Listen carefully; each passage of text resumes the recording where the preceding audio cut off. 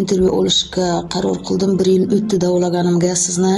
Ana shu intervyuga qisqa aniq tiniq boshingizdan o'tganlarni va qanday tanishganimiz haqida gapirib berishingizni iltimos qilgan bo'lardi. Ana laboratoriya tashxislaringiz ham turibdi. Diagnostikani qanday qilganlarimni gapirib bering. Bundan 2 yil oldin, 2,5 yil oldin tanishib qoldik. Больницada yotardim. Alergiya bilan singizni olib keldilar.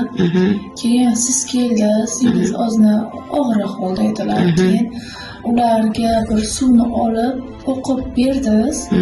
Ichgandan turib ketdi o'rnidan-da. Shunga men hayron bo'ldimda, sizning nomeringizni olib, siz bilan muloqot qilishni boshladim. Har 2 oyda bir yotardim. Bronxialli astma va boshqa kasallar bilan birga ko'p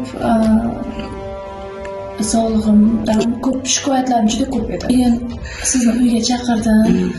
Anaqa qilib, keyin siz meni davolashni boshladingiz.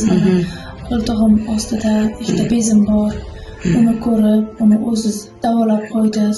Siz srazi bezlar mayda bo'lib, Kichrayib qoldi. Nima desam, og'riqlar ham, mana bu diskomfortlar ham yo'qoldi. Anka bezlaringizni men necha daqiqa davoladim? Qanchalik qisqa fursatda? 2-3 daqiqa, ko'p emas. 3 marta. Da. 3 marta, 3 daqiqa, 5 daqiqa davoladim va kerakli boshqa muolajalarni ham o'tkazdim.